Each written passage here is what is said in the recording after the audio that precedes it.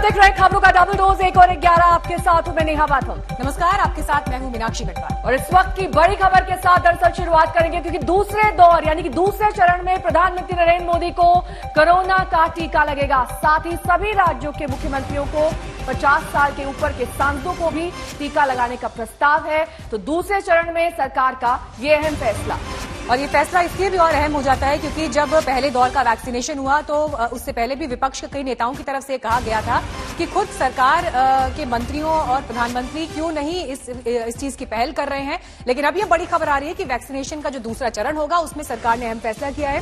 प्रधानमंत्री मोदी को भी टीका लगेगा और जो सांसद 50 साल से ज्यादा की उम्र के हैं उन्हें वैक्सीनेशन की इस प्रक्रिया का हिस्सा बनाया जाएगा।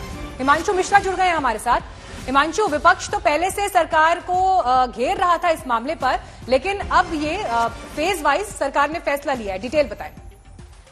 देखिए मीनाक्षी, मैं आपको बता दूं कि प्रधानमंत्री नरेंद्र मोदी ने जिस दिन मुख्यमंत्रियों के साथ बैठक की थी वैक्सीन को लेकर, उन्होंने ये साफ कहा था कि पहले फेज के अंदर 3 करोड़ लोगों को जो है वैक्सीनेशन का टीका लगेगा, जिसमें फ्रंटलाइन वर्कर होंगे, हेल्थ वर्कर होंगे, कोरोना वॉरियर होंगे, उनको टीका लगाया जाएगा। दूसरे फेज में 50 साल से उम्र के ज्यादा लोगों को टीका लगाया जाएगा। तो उसमें ये सब चीजें क्लियर हो गई थी कि प्रधानमंत्री भी उसमें आएंगे, केंद्रीय मंत्री भी आएंगे, विधायक भी, सांसद भी, और देश के जो लोग 50 साल से उम्र के ज्यादा लोग हैं उनको टीकाकरण जो है वो किया जाएगा सेकेंड फेज में।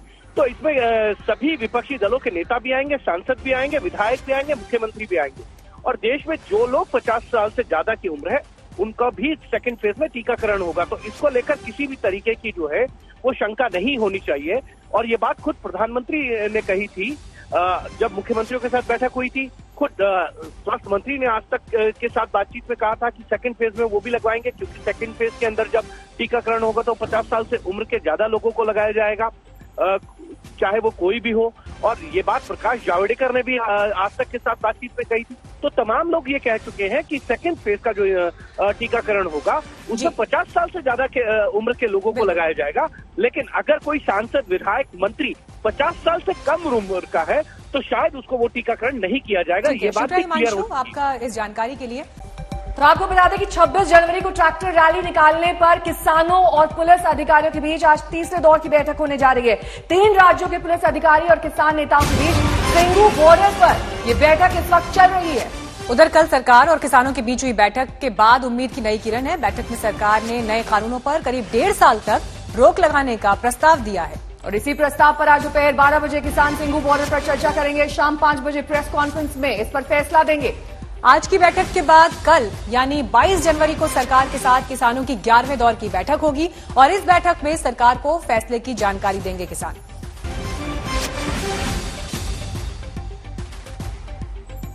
आइए सीधे इस वक्त चलते हैं सिंगू बॉर्डर। हमारे संवाददाता हिमांशु मिश्रा वहां पर इस वक्त मौजूद हैं।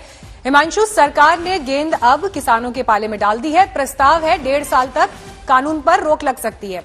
मंत्रणा कर रहे हैं किसान, क्या सोच रहे हैं इस वक्त, क्या चल रहा है किसानों के बीच? देखिए, उसको लेकर के किसानों की बैठक अब से कुछ देर बाद होनी है। उसके पहले यहाँ पर जहाँ पर मैं मौजूद हूँ सिंगू बॉर्डर के पास, यहाँ पर किसान पहुंचे हुए हैं, पुलिस के अधिकारी पहुंचे हुए हैं और उस मंत्रणा से पहले यहाँ पर जो ट्रैक्टर रैली है उसको लेकर के तीसरे दौर की बैठक यहाँ पर नेहा चल रही है, जिसमें उम्मीद जताई जा रही है। क्योंकि जब किसान नेता यहाँ पर पहुंचने शुरू हुए और सबसे पहले जब युद्धवीर सिंह यहाँ पर पहुंचे तो हमने उनसे बात की, तो उनका ये कहना था कि सार्थक बातचीत हुई थी कल और आज उम्मीद है कि कोई फैसला निकल करके आ जाएगा। पुलिस के अधिकारी भी यहाँ पर पहुंच चुके हैं।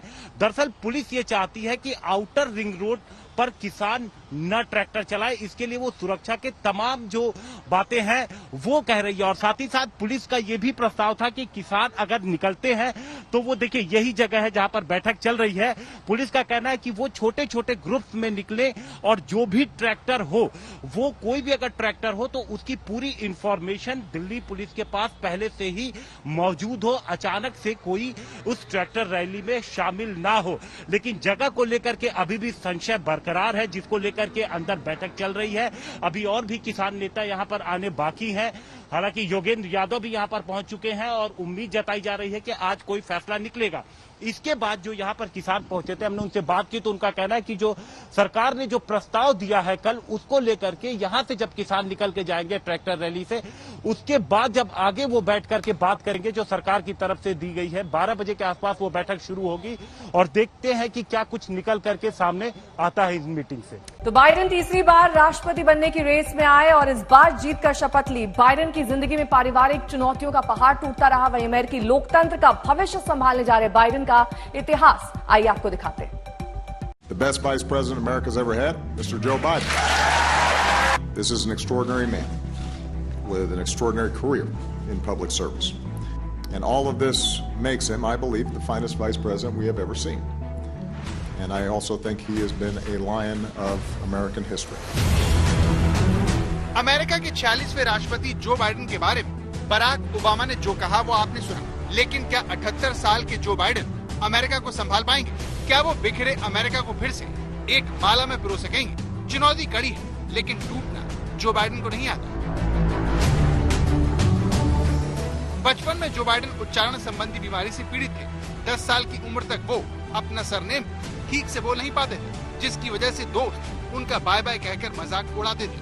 जवानी में बाइडेन अस्थमा की बीमारी की वजह से वियतनाम जंग बतौर फौजी नहीं जा सके। इससे पहले राष्ट्रपति बनने की उनकी 2 कोशिशें नाकाम रही। साल 1987 और फिर 2008 में जो बाइडेन डेमोक्रेटिक पार्टी की तरफ से राष्ट्रपति पद की उम्मीदवारी हासिल करने की कोशिश की, लेकिन दोनों ही बार उन्हें निराशा हाथ लगी। लेकिन बराक ओबामा ने उनकी प्रतिभा पहचानी और 2 बार उपराष्ट्रपति बनाया और 2020 में उनके राष्ट्रपति पद की उम्मीदवारी का जोरदार समर्थन भी किया। And I believe Joe has all the qualities we need in a president right now. Joe Biden की निजी जिंदगी काफी मुश्किलों से भरी रही है। 1972 में उन्होंने एक कार एक्सीडेंट में अपनी पहली पत्नी और अपनी बेटी को खो दिया। इस हादसे में उनके 2 बेटे हंटर और बो बाइडेन बच निकले, लेकिन साल 2015 में बो बाइडेन ब्रेन कैंसर का शिकार हो गए और उन्हें भी जो बाइडेन ने खो दिया। इस हादसे ने जो बाइडेन को काफी तोड़ दिया। James Joyce was said to have told a friend that when it comes his time to pass, when he dies, he said, Dublin will be written on my heart. शपथ से चंद घंटे पहले भी Joe Biden अपने सबसे प्यारे बेटे को याद करके रो पड़े, जिसे वो राष्ट्रपति के तौर पर देखना चाहते थे। You've been there for us in the good and the bad. You never walked away. And I am proud to be a son of Delaware. And I am even more proud to be standing here doing this from the Major Bo Biden facility. Ladies and gentlemen, I only have one regret. He's not here, because we should be introducing him as president. But we have great opportunities. Delaware has taught us anything's possible. Biden को निजी जिंदगी में उनकी दूसरी पत्नी जिल Tracy Jacobs ने संभाला, जो एक प्रोफेसर है और अब भी नौकरी करती है।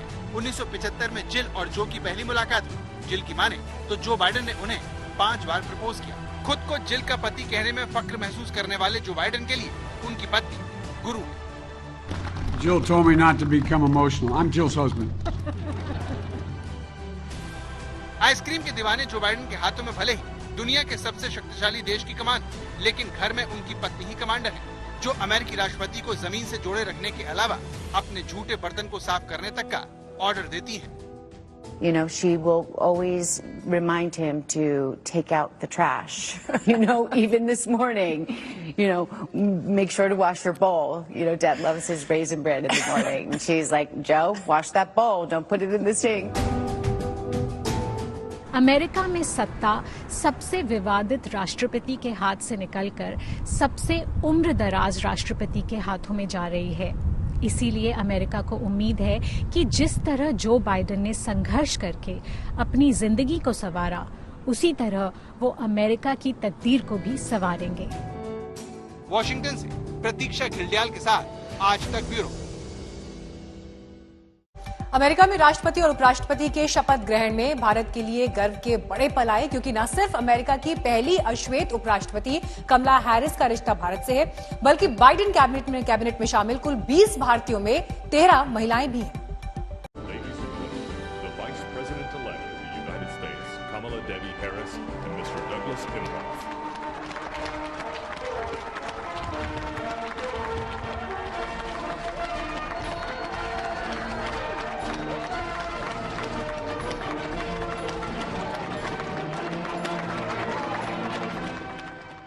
I, Kamala Devi Harris, do solemnly swear I, Kamala Devi Harris, do solemnly swear that I will support and defend the Constitution of the United States that I will support and defend the Constitution of the United States. against To the woman most responsible for my presence here today, my mother, Shamala Gopalan Harris, who is always in our hearts. America की पहली महिला उपराष्ट्रपति बनने के बाद कमला Harris ने अपने पति को गले लगाया।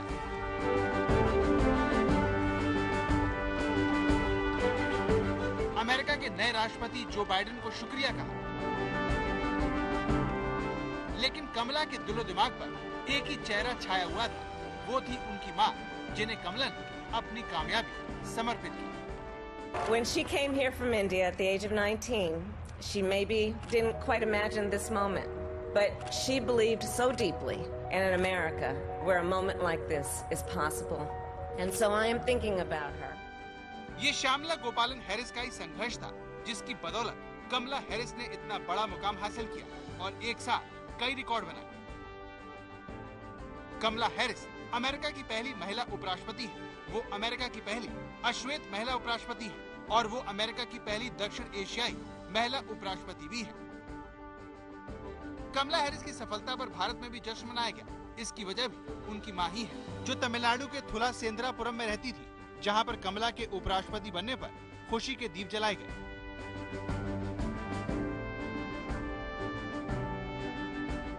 कमला की मां 19 साल की उम्र में अमेरिका आई, जहां उन्होंने जमैका मूल के अमेरिकी से शादी कर ली, लेकिन जब कमला 7 साल की थी तो उनके माता पिता अलग हो गए। अमेरिका के ऑकलैंड में पैदा हुई कमला हैरिस को उनकी हिंदू मां ने अकेले ही पाला, जो कैंसर रिसर्चर और सिविल राइट्स एक्टिविस्ट थी। 2003 में कमला की मां ने लॉस एंजलिस टाइम्स से इंटरव्यू में बताया, मैं तो बर्कले यूनिवर्सिटी सिर्फ स्टडी के लिए आई थी, यहाँ बस जाऊंगी यह नहीं सोचा था। मैंने अपनी दोनों बेटियों को वो नाम दिए जो भारतीयता की याद दिलाते हैं, कमला और माया। You see a lot when you're the firstborn. I saw my mother and how she worked hard and she was full of pride and would never want anyone to ever pity her. She never complained about anything. But I also knew how she suffered. I knew how she stayed up late at night trying to figure things out. ये कमला की मां ही थी, जिनकी बदौलत कमला में जूझने के गुण विकसित हुए और वो एक के बाद एक रिकॉर्ड बनाते हुए अमेरिका की उपराष्ट्रपति बन गई। Kamala Devi Harris, do solemnly swear that I will support and defend the Constitution of the United States. Kamala Harris के रूप में इस बार व्हाइट हाउस में भारतीय मूल की उपराष्ट्रपति ही नहीं होगी, बल्कि बाइडेन कैबिनेट में भी 20 ऐसे अमेरिकी होंगे जिनकी जड़ें भारत में आकर मिलती हैं। कैबिनेट में महत्वपूर्ण पदों पर तैनात हुए भारत वंशियों में डॉक्टर विवेक मूर्ति बतौर यूएस सर्जन जनरल के तौर पर काम करेंगे। नीरा टंडन व्हाइट हाउस में office of management and budget के डायरेक्टर का पद संभालेंगे। White house communication and press office के असिस्टेंट प्रेस सेक्रेटरी के तौर पर वेदांत पटेल को चुना गया है। अमेरिका के एसोसिएट अटॉर्नी जनरल के लिए वनीता गुप्ता को नॉमिनेट किया गया। तरुण छावड़ा को प्रौद्योगिकी एवं राष्ट्रीय सुरक्षा के वरिष्ठ निदेशक के पद पर नियुक्त किया गया है। वाइस प्रेसिडेंट ऑफिस के प्रेस सेक्रेटरी के तौर पर सबरीना सिंह को भी नियुक्त किया गया है। बात अब पश्चिम बंगाल के चुनावी रण की करेंगे। हुगली में बीजेपी के रोड शो के दौरान गोली मारो के नारे लगाए जाने के मामले में बंगाल पुलिस ने 3 बीजेपी के कार्यकर्ताओं को गिरफ्तार किया है। कल शुभेंदु अधिकारी के हुगली में शांति मार्च किया था और आज पुलिस ने जिन लोगों को गिरफ्तार किया है उनमें जिला बीजेपी युवा मोर्चा का अध्यक्ष भी शामिल है। इस बीच आपको बता दें कि इस वक्त कोलकाता में केंद्रीय चुनाव आयोग की टीम के साथ सियासी दलों की बैठक भी चल रही है। 3 बीजेपी कार्यकर्ताओं को पुलिस ने गिरफ्तार किया है। इन्होंने रैली में विवादित नारा दिया था जिस पर गिरफ्तारी हुई है।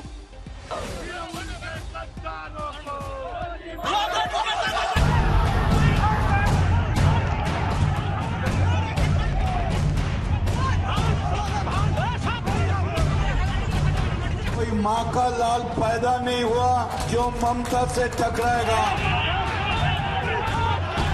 जय श्री राम, जय श्री राम, जय श्री राम।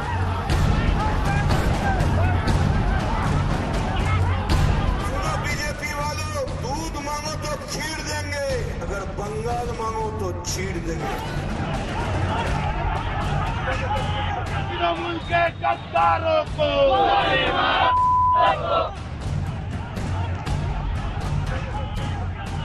सियासत का ये सबसे घिनौना चेहरा है।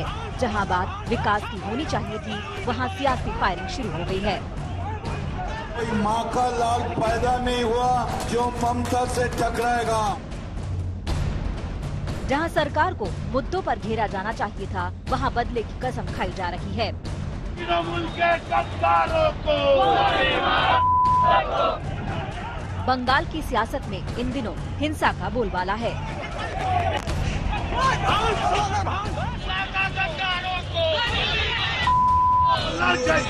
मार देंगे, काट देंगे, तोड़ देंगे, फोड़ देंगे। जीत के लिए सियासत शब्दों की मर्यादाएं लांघ रही है। सत्ता की लड़ाई में हिंसा को हथियार बनाया जा रहा है। टीएमसी के गोली मारने वाले नारे का जवाब देने में बीजेपी ने तनिक भी देर नहीं की। बुधवार को हुगली में शुभेंदु अधिकारी के रोड शो में गोली का बदला गोली से देने का नारा लगाया गया था। रोड शो में जय श्री राम का नारा गूंजा, फिर गद्दारों को गोली मारने का। अब टीएमसी नेता मदन मित्रा की धमकी भी सुन लीजिए। सुनो बीजेपी वालों, दूध मांगो तो छीड़ देंगे, अगर बंगाल मांगो तो छीड़ देंगे। मंगलवार को मिदनापुर में मंच संभाल रहे थे मदन मित्रा। जब ऐसी भड़काऊ नारेबाजी पर सवाल उठे तो नेताजी को विरोधियों की नारेबाजी याद आ गई। क्या बोल रहा है, गोली मारो? हम तो उधर में जा रहा था, उधर से गोली मारा, स्लोगन नहीं, गोली मारा, बॉम्बिंग किया, पूरा पुलिस का सामने हुआ, प्रेस भी था। तो अभी नारा कौन लगा ये किसका बॉडी लैंग्वेज है? ए मरो, ए जय श्री राम, किसका नारा है? तो आप देख लीजिए। बंगाल की सियासत में हिंसा मानो सटीक फॉर्मूला बन गया है। हिंसा वाले भड़काऊ बयान पर टीएमसी कह रही है कि उन्हें आत्मरक्षा का अधिकार है। हम तोड़ रहा है चारू मार्केट में गाड़ी, कौन जय श्री राम बोल के डंडा मार के गाड़ी मोटर बाइक तोड़ रहा है। और एक बात हम कहने चाहते हैं, अगर रोज अब कुत्ता को भी जाके काटेगा ना, लात मारेगा, एक दिन कुत्ता भी भोग देगा। तो रोज अगर आप गोली मारेगा बोलेगा, तो मुझे आत्मरक्षा करना मेरा कॉन्स्टिट्यूशनल राइट है। बीजेपी अमर्यादित बयानबाजी के लिए टीएमसी पर सवाल उठाती रही है। पार्टी इसे टीएमसी की संस्कृति बता रही है। की राजनीति, ममता जी की सरकार हिंसा की पर्यायवाची है। वहाँ रोज बम गोली चलती है, वहाँ हमारे कार्यकर्ता रोज घायल होते हैं। अल्टरनेट डे हमारे कार्यकर्ताओं की हत्या हो रही है, कार्यालय में तोड़फोड़ हो रही है। तो कुल मिलाकर अराजकता का वातावरण ममता जी ने बनाया है, पर हमारे कार्यकर्ता दमखम के साथ वहाँ लगे हुए। आखिरकार बंगाल का हितैषी कौन है, कौन गद्दार है? सियासी संग्राम शुरू होने से पहले एक दूसरे पर निशाना लगाया जा रहा है। तृणमूल से भाजपा में आ रहा है, उसे ये लोग गद्दार बोल रहे हैं। अगर एक नेता, एक वरिष्ठ नेता अगर खुलेआम बोलता है कि किसी का सर फोड़ दो, उसके बाद उसका खून कर दो, तो कार्यकर्ता क्या करेगा?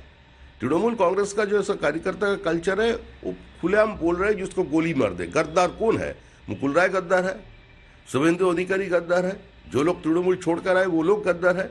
तो उसका कॉन्टेक्स्ट भिन्न है। बीजेपी के लिए टीएमसी गद्दार है, लेकिन अमर्यादित बयान की रेस में बीजेपी नेता भी पीछे नहीं है। सुनिए पार्टी नेता सौमित्र खान का बयान। বাংলার গর্ব মমতা ব্যানার্জি কি করেছেন? বাংলার গর্ব মমতা ব্যানার্জি তার একটা নরকের কীট অভিষেক বন্দ্যোপাধ্যায়কে তৈরি করেছেন।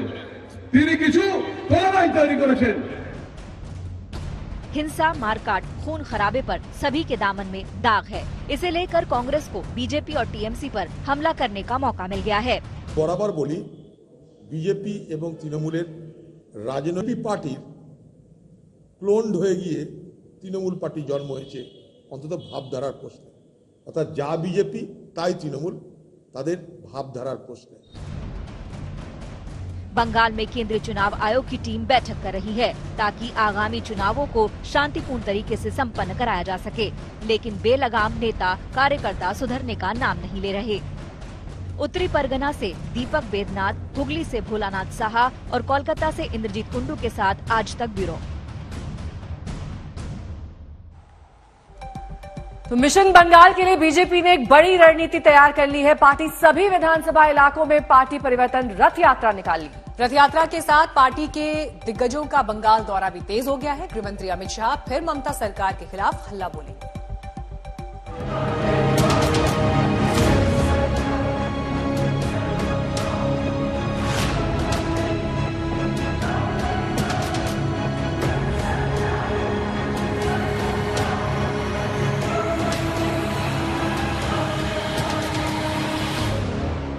जबरदस्त आघात की तैयारी में है बीजेपी। ममता का जाना निश्चित है और भाजपा का आना तय है। तृणमूल भी प्रतिघात के लिए तैयार है। सत्ता संघर्ष की ऐसी सूरत बहुत कम ही दिखती है जो इन दिनों बंगाल में दिख रही है। लेफ्ट और कांग्रेस सत्ता की लड़ाई में काफी पीछे छूटती जा रही है, तो बीजेपी ने अपने दिग्गजों की फौज उतार रखी है। ममता और उनके नेताओं की टोली भी कदम कदम पर बीजेपी को कड़ा मुकाबला देने में जुटी हुई है। ममता की कुर्सी छीनने के इरादे से बीजेपी ने अब परिवर्तन रथ यात्रा का प्लान बनाया है। इस परिवर्तन रथ यात्रा का आगाज 5 फरवरी से होने जा रहा है।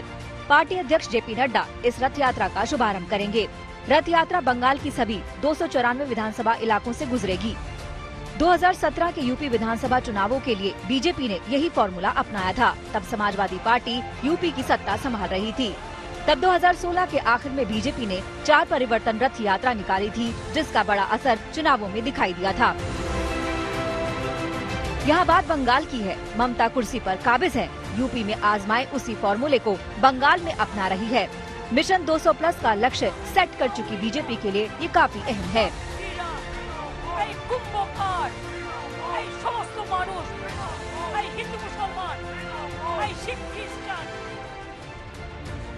ममता की घेराबंदी में बीजेपी कोई कोर कसर नहीं छोड़ रही। कई केंद्रीय मंत्रियों और राज्य के डिप्टी सीएम को बंगाल की जिम्मेदारी सौंपी जा चुकी है, जो अपनी पार्टी को सत्ता के शिखर पर पहुंचाने में भी जुट गए हैं। लेकिन पार्टी परिवर्तन रथ यात्रा के जरिए ममता के उसी फॉर्मूले को चैलेंज करने की तैयारी में है, जिस परिवर्तन का नारा देकर ममता ने लेफ्ट को ललकारा था और सत्ता से उखाड़ फेंका था। नई सरकार, बीजेपी बंगला छोड़ो, बीजेपी दंगाबाज लुटेराबाज, बीजेपी बंगला छोड़ो। बीजेपी परिवर्तन की बात कर बंगाल का भरोसा जीतने की कोशिश में है। गृह मंत्री अमित शाह भी जीत सुनिश्चित करने के लिए हर महीने बंगाल दौरे पर जा रहे हैं। 19 और 20 दिसंबर को शाह ने मिदनापुर, बीरभूम का दौरा किया था। 30 और 31 जनवरी को भी वो बंगाल जा रहे हैं। पहले दिन शाह नादिया जिले के मायापुर और नॉर्थ 24 परगना के ठाकुर नगर में चुनावी सभाएं करेंगे। फिर 31 जनवरी को उलबेरिया में रोड शो और हावड़ा में चुनावी सभा को संबोधित करेंगे। अगले महीने 10 और 11 फरवरी को भी गृह मंत्री शाह बंगाल जा सकते हैं। वहीं कांग्रेस ने एक दिन पहले दिल्ली में प्रेस कॉन्फ्रेंस करके एक टेलीविजन चैनल के एडिटर इन चीफ पर कई सनसनीखेज आरोप लगाए। कांग्रेस का आरोप है कि पत्रकारिता के इतिहास में ऐसा मामला पहले कभी नहीं हुआ। कांग्रेस ने कहा कि वो इन तमाम मुद्दों को संसद सत्र में उठाएंगे।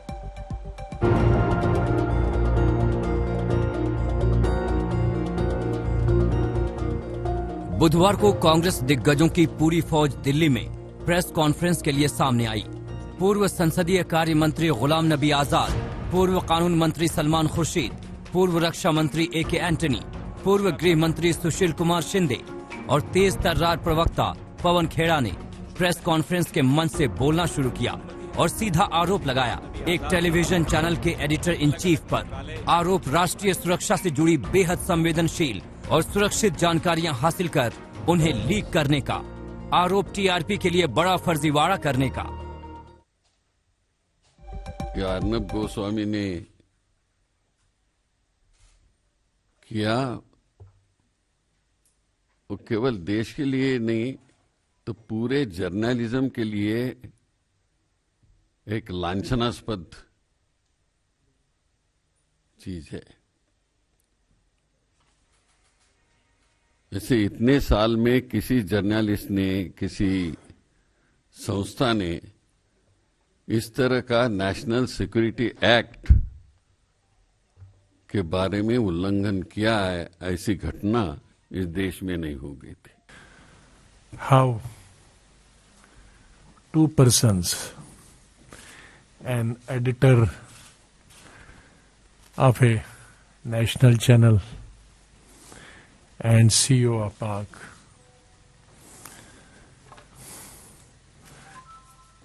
manipulated the TRP through a criminal conspiracy.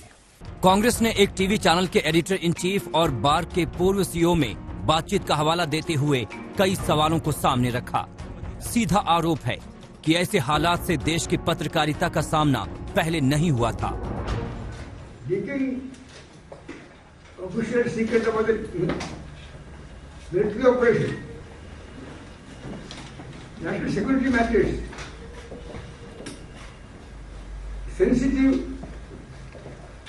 military operations, especially Air Force strike, is a treason, anti-national activity. It's not like criminal action. It's anti-national activity. The treason, whoever is involved, they have to be punished. They have to be punished for anti-national activities, for treason. Till today the government has done anything. Privately बोलते हैं कि अर्थव्यवस्था तबाह हो गई, लेकिन कहते हैं मैं टीवी पर नहीं बोल सकता। क्यों? क्या दबाव है आप पर? क्या मजबूरी है आपकी कि देश को आप बता नहीं सकते कि अर्थव्यवस्था डूबी हुई है? डरते हैं या कोई ऐसे संबंध है आपके सरकार से जिसमें क्विड प्रो को है, आपको लाभ मिलता है, उनसे आप उन्हें लाभ पहुंचाते हैं, इसलिए आप सच देश को नहीं बताते और अपने आप को पत्रकार कहते हैं। लानत है ऐसी पत्रकारिता। कांग्रेस ने अपने मंसूबों को साफ कर दिया है। प्रेस कॉन्फ्रेंस में सब ने एक सुर में कहा कि इन तमाम मुद्दों को वो देश के संसद में जरूर उठाएंगे और इसका जवाब मांगेंगे। आज तक ब्यूरो। इसी के साथ यहां रुकना होगा। इस ब्रेक के लिए फौरन होंगे हाजिर कुछ और खबरों के साथ। देखते रहिए आज तक।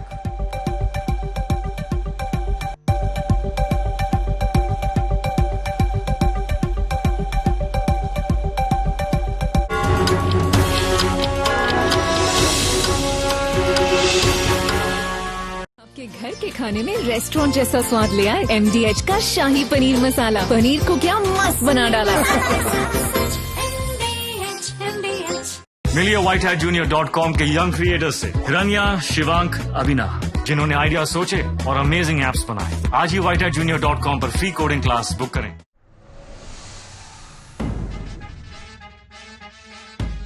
राष्ट्र के नाम पर जब भड़कती हैं भुजाएं, देश के मुद्दों से गूंजे दसों दिशाएं, कर दो ऐलान, बजा दो नगाड़ा, शाम 5 बजे का राजनीतिक अखाड़ा, देखिए दंगल।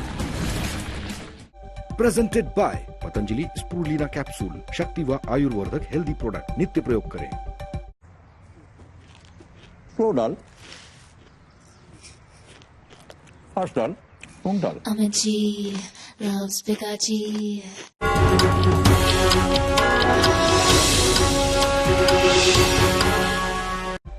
पश्चिम बंगाल की सियासत जोड़-तोड़ से तोड़फोड़ तक पहुंच गई है। पार्टी जहां महापुरुषों को लेकर सियासी कार्ड खेल रही है, तो वहीं अब पश्चिम बंगाल में मूर्तियां अराजक तत्वों के निशाने पर हैं, जहां माहौल बिगाड़ने की कोशिश की जा रही है। बंगाल चुनाव से पहले जिन महापुरुषों के नाम पर पार्टियां सियासी कार्ड खेल रही हैं, उनका एक दूसरा चेहरा ये भी है। हिंसा, हत्या और बदजुबानी के बीच सियासत मूर्तियों को तोड़ने तक पहुंच चुकी है। अराजक तत्वों की हरकतें देखिए, जो शायद इस मुगालते में रहते हैं कि चंद मूर्तियों को तोड़कर उनके सिद्धांतों और आदर्शों को तोड़ देंगे। स्वामी विवेकानंद, नेताजी सुभाष चंद्र बोस, ईश्वर चंद्र विद्यासागर। पश्चिम बंगाल के पूर्व मिदनापुर में प्राथमिक विद्यालय में लगे अलग अलग महापुरुषों की 6 मूर्तियां तोड़ी गई, जिनका मकसद इलाके में अपने वोट बैंक को साधना बताया जा रहा है। इस घटना के बाद इलाके में रोष है। वहीं बीजेपी ने मामले की शिकायत प्रशासन से की है। এটা তৃণমূলের কালচার, মনীষীদেরকে সম্মান দিচ্ছেন না, এটা তৃণমূলের কালচার। তৃণমূলের কখনো কেউ বলছে না যে বাংলার গর্ব নেতাজি সুভাষ, বাংলার গর্ব রাসবিহারী বসু, বাংলার গর্ব মমতা ব্যানার্জি, ওনারা বলছে তৃণমূল। সেটা পুরোপুরি তৃণমূলই ভেঙেছে হয়তো। एक तरफ टूटी मूर्तियां तो दूसरी तरफ मंचों से महापुरुषों को लेकर सियासत जारी है, जहां अब नेताजी सुभाष चंद्र बोस का मुद्दा गरमाया हुआ है। बंगाल चुनाव से पहले बीजेपी की ओर से स्वामी विवेकानंद की जयंती पर कई बड़े कार्यक्रमों का आयोजन किया गया। वहीं अब मोदी सरकार ने नेताजी की जयंती को पराक्रम दिवस के रूप में मनाने का ऐलान किया है। इस मौके पर प्रधानमंत्री नरेंद्र मोदी 23 जनवरी को पश्चिम बंगाल जा रहे हैं। बीजेपी का पराक्रम दिवस दीदी को रास नहीं आया, तो उन्होंने देश के नायक दिवस के तौर पर नेताजी की जयंती मनाने का ऐलान कर दिया। केंद्र की घोषणा करेছে না করেছে, इट इज देयर एक्सपियर, মানে it is their discretion, but we are not happy. पहले तो नेताजी का नाम मालूम ही नहीं था उनका, वो लोगों का। पहले तो बोला था सब फाइल देंगे, उसका बाद तो आधा दिया आधा नहीं दिया। चुनाव आते हैं तो बंगाल को नाम याद आता है, चुनाव चला जाता है तो बंगाल को भूल जाता है। ममता जी का सर्टिफिकेट भारतीय जनता पार्टी के लिए जरूरी नहीं है। देश की जनता ने भारतीय जनता पार्टी को प्रमाण पत्र दिया है। देश की जनता ने भारतीय जनता पार्टी के कार्यकर्ता नरेंद्र मोदी जी को प्रधानमंत्री दूसरी बार बनाया है, इसलिए ममता जी के प्रमाण पत्र की आपको आवश्यकता नहीं है। जनता प्रमाण पत्र देगी आने वाले विधानसभाओं में कि माओवादियों को संरक्षण देने वाली ममता जी सही है या इस देश के अंदर विकास का रास्ता दिखाने वाली भारतीय जनता पार्टी सही है। बंगाल की सियासत और हिंसा का चौली दामन का साथ है। ऐसे में महापुरुषों पर छिड़ी जंग के बाद अब मूर्तियों से तोड़फोड़ की तस्वीरें बंगाल में गिरती सियासत के स्तर की कहानी बयां कर रहे हैं। आज तक ब्यूरो। उत्तर प्रदेश की विधान परिषद की पिक्चर गैलरी में सावरकर की तस्वीर लगाने पर सियासत गर्मा गई है। कांग्रेस ने क्रांतिकारियों के साथ सावरकर की तस्वीर लगाए जाने पर आपत्ति जाहिर की है, लेकिन सावरकर का विरोध करके कैसे कांग्रेस फंस गई है, ये रिपोर्ट देखिए।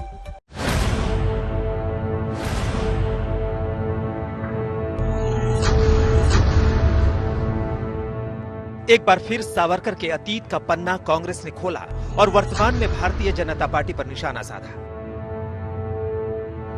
अब की बार हमला राहुल गांधी ने नहीं बल्कि उनकी पार्टी के एमएलसी की तरफ से बोला गया। मामला उत्तर प्रदेश के विधान परिषद में लगाई गई सावरकर की तस्वीर का है। मंगलवार को योगी ने पिक्चर गैलरी का लोकार्पण किया था, लेकिन गैलरी में सावरकर के चित्र पर कांग्रेस को आपत्ति है।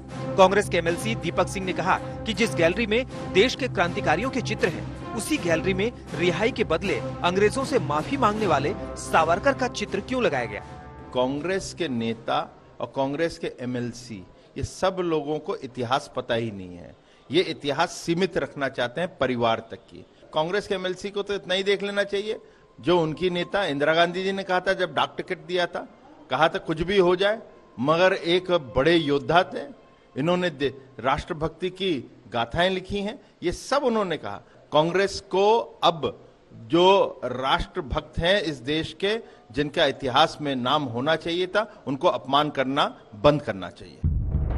कांग्रेस एमएलसी की तरफ से विधान परिषद से सावरकर की तस्वीर हटाने के लिए परिषद के सभापति रमेश यादव को चिट्ठी लिखी। सभापति रमेश यादव ने सावरकर की तस्वीर वाले मुद्दे पर विधान परिषद के प्रमुख सचिव को तथ्यों की जांच कर कार्यवाही करने का निर्देश दिया है। सावरकर की तस्वीर पर कांग्रेस के विरोध पर बीजेपी ने मोर्चा संभाला। कांग्रेस को इंदिरा गांधी की टिप्पणी याद दिलाई।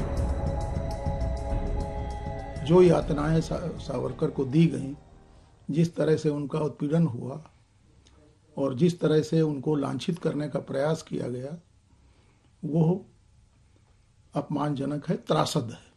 तब एक दो दलों के ऐसा कहने से कि इनका फोटो नहीं लगाया जाना चाहिए, ये एक राजनीतिक टिप्पणी है, इसे गंभीरता से लेने की आवश्यकता हम नहीं समझते। बीजेपी ने कांग्रेस पर क्रांतिकारी और राष्ट्रभक्ति सावरकर के अपमान का आरोप लगाया, लेकिन कांग्रेस की प्रतिक्रिया नहीं बदली। आजादी के आंदोलन में सावरकर जी की भूमिका को लेकर के पहले से ही गंभीर प्रश्न खड़े हैं। ये अपने आप में सच है कि सेलुलर जेल से उन्होंने कई बार माफीनामे लिखे। ये भी अपने आप में सच है कि माफी मिलने के बाद श्री सावरकर जी को लगातार पेंशन भी मिलती रही। भले ही कांग्रेस के नेता सावरकर के अतीत पर सवाल उठा रहे हों, लेकिन हकीकत ये भी है कि खुद इंदिरा गांधी ने सावरकर के सम्मान में कहा था कि वो वीर योद्धा थे, और तो और इंदिरा गांधी ने सावरकर का डाक टिकट जारी करवाया था। मनमोहन सिंह ने भी सावरकर की विचारधारा का विरोध किया, लेकिन उन्हें महान क्रांतिकारी बताया। अब सवाल है कि आखिर कांग्रेस में इस मुद्दे को लेकर कंफ्यूजन क्यों है? महाराष्ट्र विधानसभा चुनाव के दौरान भी विवाद हुआ था, जब बीजेपी की तरफ से सावरकर को भारत रत्न दिलाने की मांग की गई थी। आपको बता दें कि ये फैक्ट है कि सावरकर ने रिहाई के लिए चिट्ठी लिखी थी। उस चिट्ठी को लेकर कहा जाता है कि सावरकर ने अंग्रेजों से माफी मांगी थी, लेकिन इस दलील के पीछे सावरकर के समर्थक दूसरा तर्क देते हैं। तर्क ये कि सावरकर ने माफी अपने लिए नहीं, बल्कि उन सभी राजनीतिक बंदियों को आजादी दिलाने के लिए मांगी थी जो जेल में बंद थे। कुमार अभिषेक, लखनऊ, आज तक।